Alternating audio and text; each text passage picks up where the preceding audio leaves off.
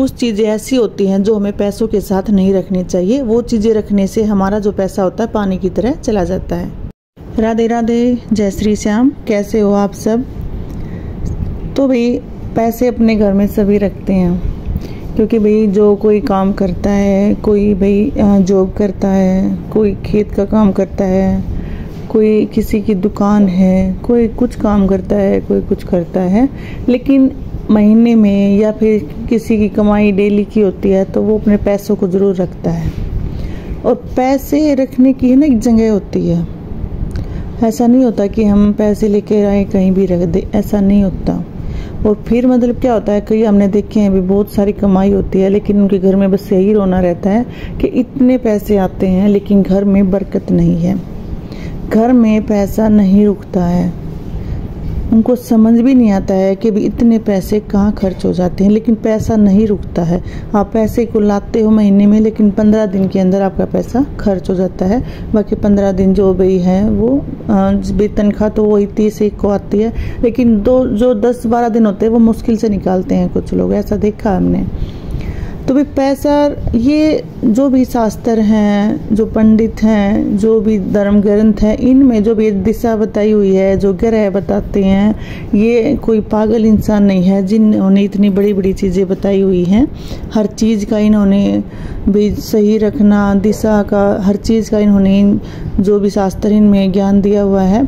और फिर ये बोलते हैं, जैसे पंडित होते हैं भी, या भी कोई भी एकादशी है, कोई ग्रहण है, अमावस्या या कुछ भी ऐसा कुछ काम है, कोई बुध है, शनि है, मतलब उसमें कुछ काम करते हैं तो भी कुछ लोग ऐसे बोलते हैं कि भी ये सब भी टोटके कर रहे हैं, ये सब पाखंड है, ये सब फंड है।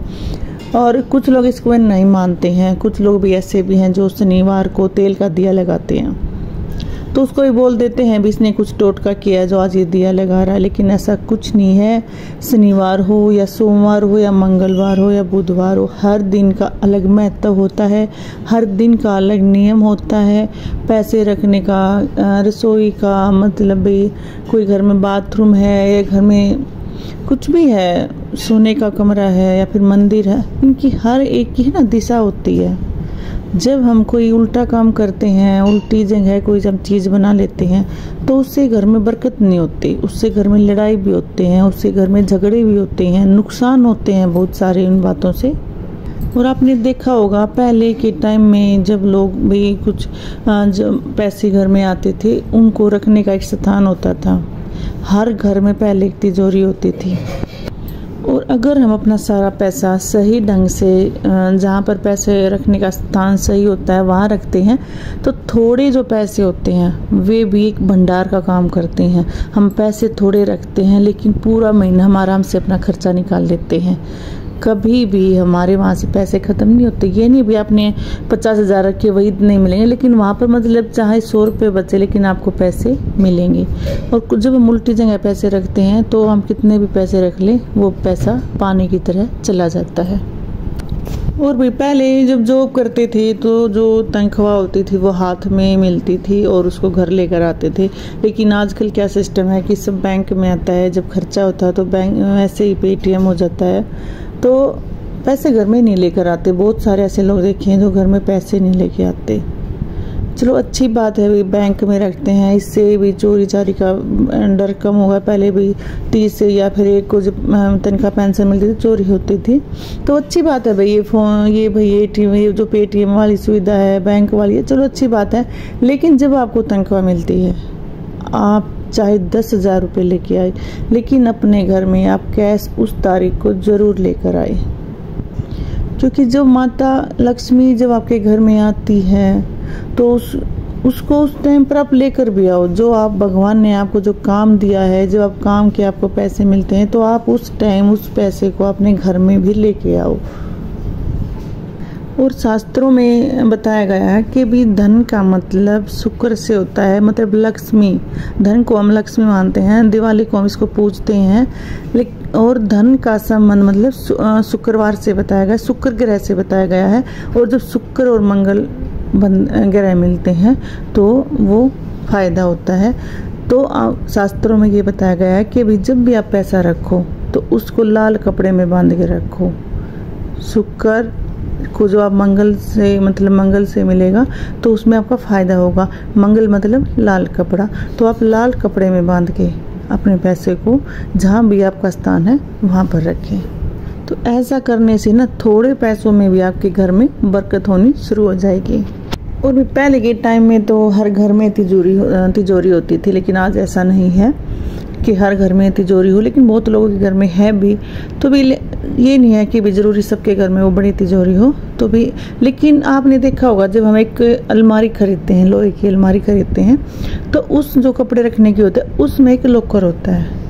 और आप सबको पता है वो जैसे तिजोरी होती है ना वैसा ही लॉकर होता है। तो आप जितने भी आपके पास थोड़े पैसे हैं तो जो आपको वो जो अलमारी जो तिजोरी टाइप जो भी वो होता है उसको आप साफ रखें, उसमें आप कुछ भी मत रखें। ऐसा ना हो कि उसमें भी सुई पड़ी है या भी कैंची पड़ी है या स्टेबलाइजर मतलब स्टेपलर पड़ा, कुछ भी उसमें पड़ा है, मतलब ऐसी नुकीली चीज़ या कोई काटने वाली चीज़, मतलब ऐसी चीज़ नहीं होनी चाहिए उसमें।